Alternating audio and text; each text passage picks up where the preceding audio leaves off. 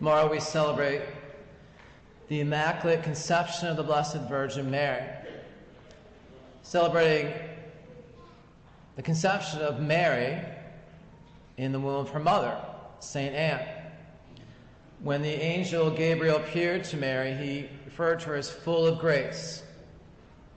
So we believe that she was full of the grace of God her entire life, which began at conception.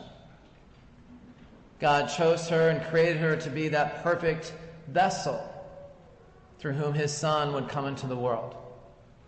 And also a perfect example for us. We hear about straight paths and smooth roads in the readings today. Think about Mary and so many of our mothers, that's the way they lived, is straight, smooth, good, consistent living, with good habits we call virtues. And the rest of us are all over the place. We're up and down the hills and valleys and winding roads, in and out, to the point where we've had enough. If you've taken a long walk or a long run, and yeah, the hill might be a challenge at first, and it's exciting to go down the hill, and then you just kind of get, okay, enough of the hills, and they just get back to flat path, flat ground. And the winding road just takes longer than the straight shot. That may be where we are right now in this Advent. I was thinking about the word adventure the other day, and Advent is the stem of adventure. And I don't know a more profound connection other than we might just get to Advent, this Advent, saying enough of the adventure. I want that calm, consistent, peaceful, good living regularly. And that's what the readings call us to.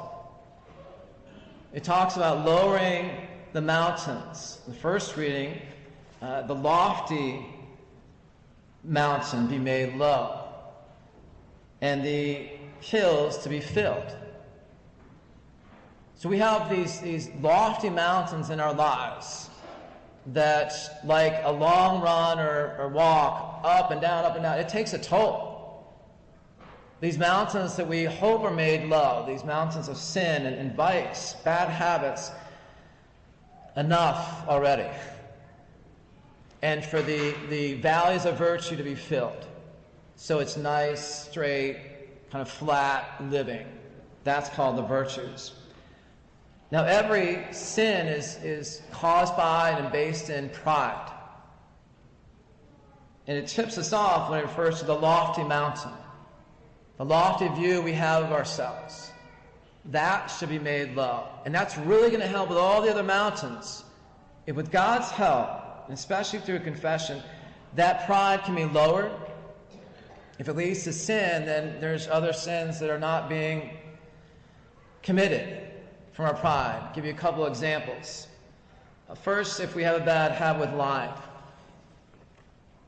Again, based in pride. To save face, to save our reputation, our standing, our image. So to lower that mountain means to be honest. And raise humility, which literally means honesty. It's not just a moral issue, it becomes a personal issue, where if we make this habit, we start to question our own identity. Like, am I for real or am I a phony? And that's really hard on the heart. The other mountain of pride might be in our reactions to things. Reacting with anger or defensiveness or oversensitivity, overthinking things. At some point, we just have to laugh at ourselves and not take ourselves so seriously. That's healthy, that's good. And the big step in all of it that really helps to lower the mountains is to say, I'm not perfect. I'm a sinner. Why do I expect perfection from myself and from those around me? That's really helpful in taking the pressure off a lot of these puffed up mountains that aren't even real. And God in Advent is saying, let's lower them, folks. Let me lower them for you and build up what you really want, the good habits, based in humility. It again becomes as much a personal as moral thing. It's really heavy in our hearts Like it's heavy on our bodies and our feet to run up and down hills for long distances. So it's heavy in our hearts to carry the burdens of sin through pride. So to lower the mountains is to lighten the load for our hearts. That's one of the biggest things Jesus wants with us and from us and for us. And lessen then the number of mountains, the number of bad habits that pride might lead to. And then help us to be more open to the grace, like Mary was her whole life, like our mothers have been, open, more open to the grace of Christ, especially in the Eucharist.